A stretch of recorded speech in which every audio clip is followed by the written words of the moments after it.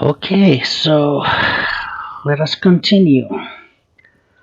Because the last time we basically fully assembled our team, we started with the form default characters, and then we picked up Theros and Bert the Troll fairly soon. And right now, of course, we have a full roster of heroes to work with. And, well, Bert the Troll, he doesn't have his club yet. I mean, when we first met him, he was asking if we were the ones who stole his club, and we could have told him that we are going to look for it, but instead we gave him a rock, which made him happy, and he joined our team. But it still doesn't solve the basic problem for Bird, which is that he doesn't have his club. So let us now go back to this really starting area and look for Bird's club. Now, of course, occasionally you will find these little snake-shaped markings on the walls, which are actually, well, usually a indication of a secret door. And while our see secret skill that some of these characters have, while it doesn't actually activate it, and we haven't officially detected them, it's not gonna stop us from actually opening these secret doors. And oh, there's a mountain cat over here. 35 hit points. Make Conquer this time do a berserk attack. Basically, what this berserk attack does is you basically get a higher chance to score a hit compared to a normal attack, but at the same time it will also make it easier for the enemies to attack you. Then the attack with vitals, this is a much more difficult attack to kind of pull off, but if you do, it's gonna do a lot more damage. And because he's using a sword, he doesn't really have just a normal sword. He's not gonna have access to feint or mighty blow. So yeah, we'll just go for the berserk option. Delias, just a normal attack. Philo, normal. Now, because Turok, she was holding a fencing sword, Epe, so she has the actual option to do a feint attack. Those thunder sounds.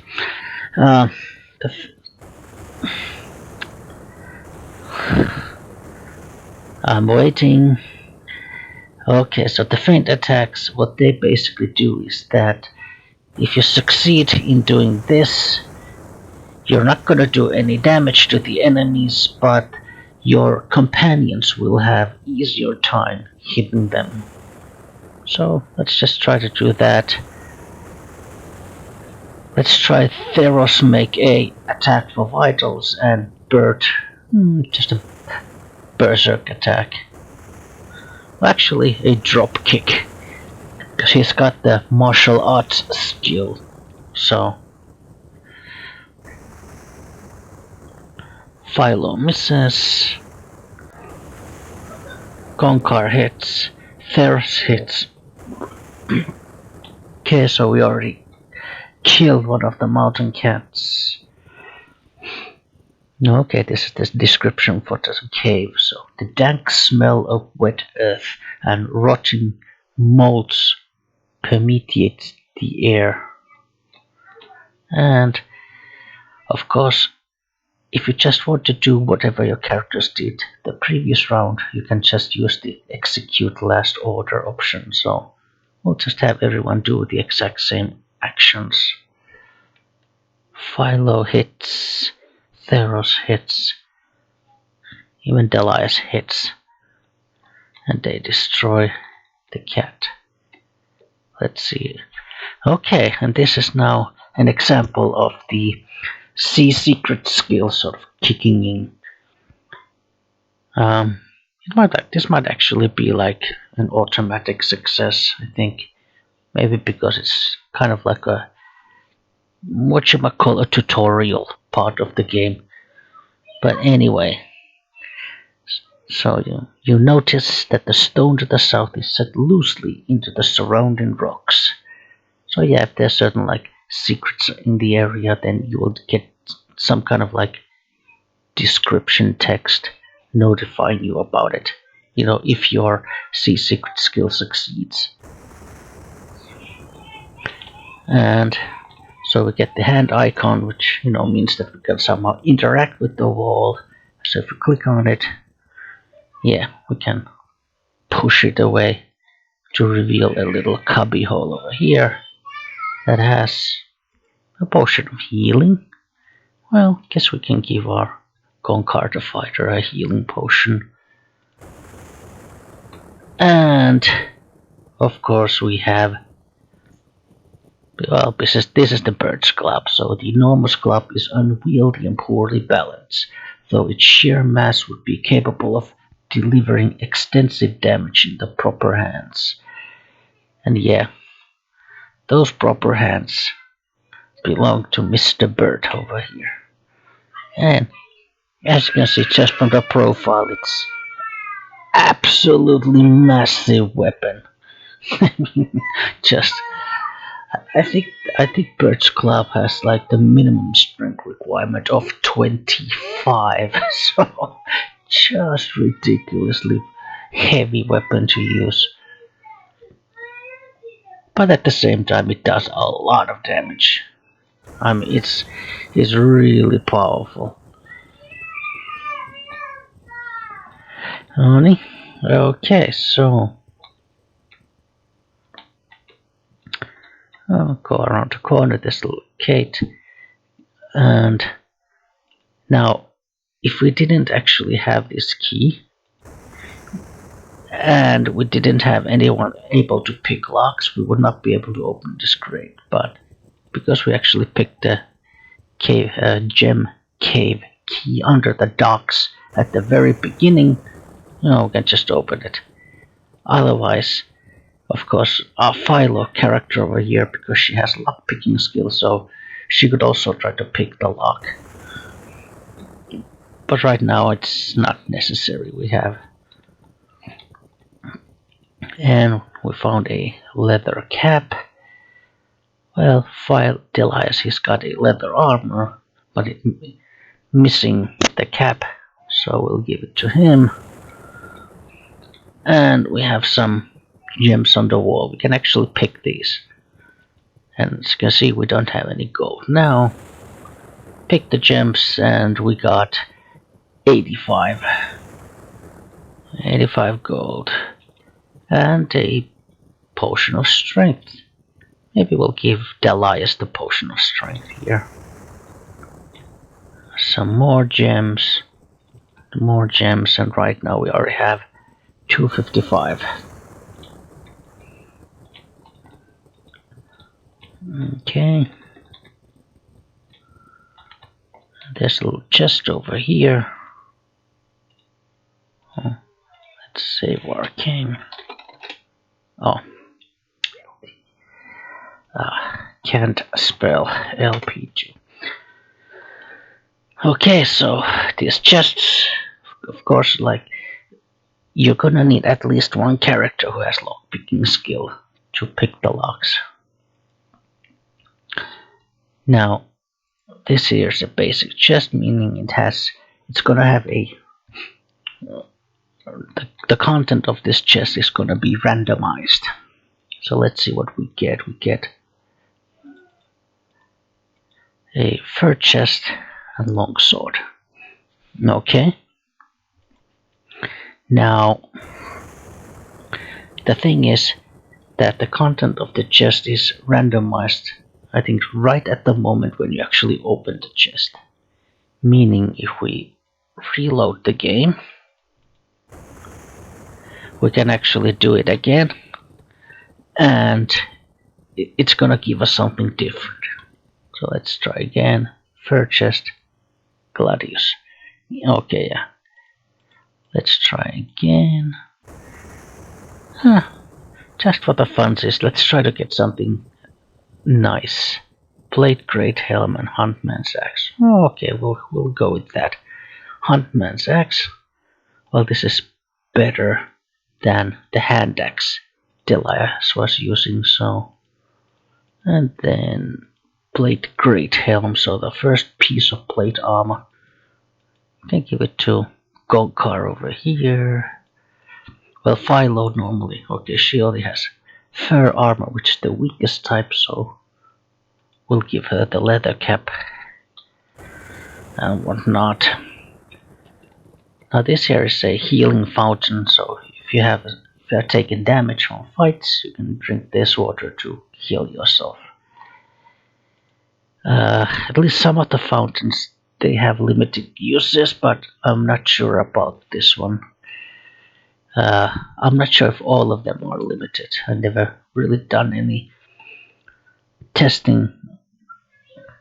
I never tested it that much. Oh, and yes, just before the giant beast attack, we picked up a little buckler here, so small, very small shield. Now they already have shields. Philo is using a polearm, so she can't use a shield. Shields are polearms. Well, all polearms, including quarterstaff, is a two-handed weapon. So, and fight. Yeah. Oh, and now the bird actually has the club. Let's try to do a mighty blow. Philo misses. Those two hit. Bird. 120 points of damage on a mighty blow. That's ridiculous. High strength character, high damage weapon, and a high damage attack. Yeah. Let's do that again. Okay.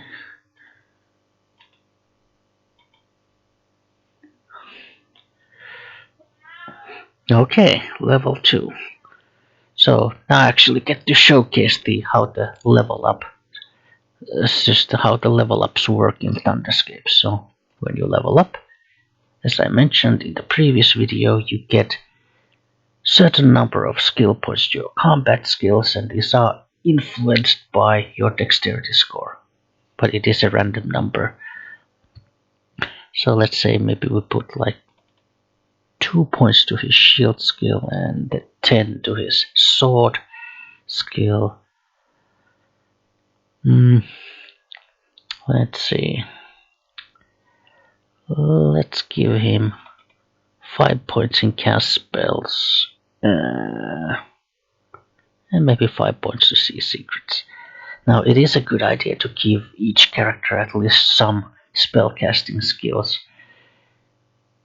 Because once you have even just a little bit of spellcasting skills, your character will get access to a small number of spells that he can learn. So basically you get one spell each level time you level up.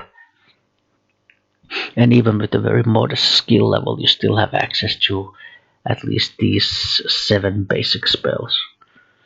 So the heal spell, it's a very natural choice to have for the first spell. Quite possibly one of the most useful spells in the game is just a normal heal spell. For obvious reasons. Then Delias, he levels up maybe a point to shield and 2 to axe and 5 to axe and mace. Xenology, see secrets. Okay, let's put a couple of points to Xenology, why not? And then 10 points to cast spells. Here he knows heal and cure poison, so maybe dispel strength. Oh, dispel here. So dispel is basically just a spell to remove magical effects, both good and bad. So it's a useful thing to have. Philo also leveled up.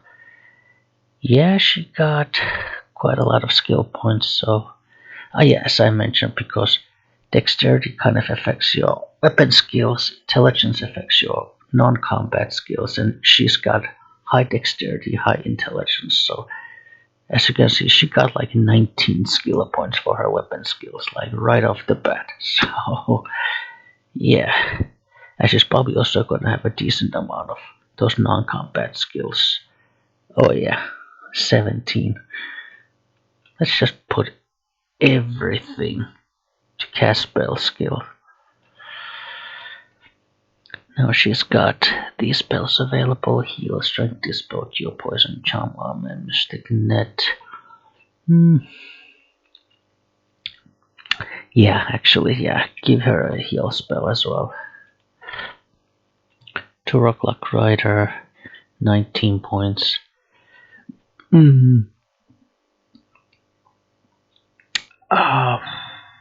Yeah, let's put everything to fencing, just absolutely everything. Maybe just 3 points to cast spells, and lockpicking 20, yeah. And she also gets heal spell. Okay. So that's a little bit more combat. We leveled up. We got Bird's Club. Now we can cross the bridge, only to be attacked by some more giant bees. Let's just use the repeat option. Misses. Gonkar hits. Delias hits. Theros hits. Bird hits for 99 points. Yeah. So Bird he's the MVP of our team right at the moment. And 96 points. Yeah. Oh, you gotta love Bird.